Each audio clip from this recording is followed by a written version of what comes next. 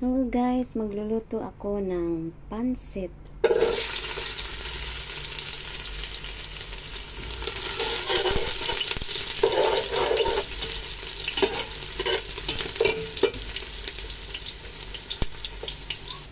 Tapos gisahin ang bawang sibuyas. Ilagay yung squid ball, nilalagay ko dito, hindi chicken, para hindi malangsa. Kunting isa lang. Haluin. Pagkatapos, nilagyan ko na ng asin, magic sarap, bitsin konti, at saka yung Knorr chicken. Kahit hindi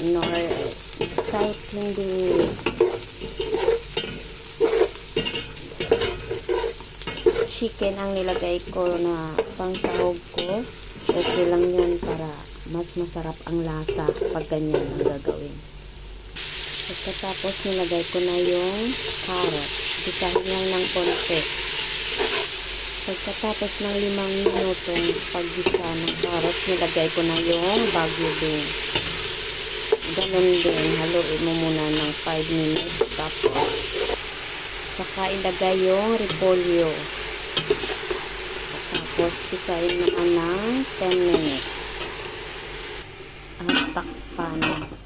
Pagkatapos, lagyan lang tayo natin ng oyster sauce para masarap yung lasa ng ating pansit gisado.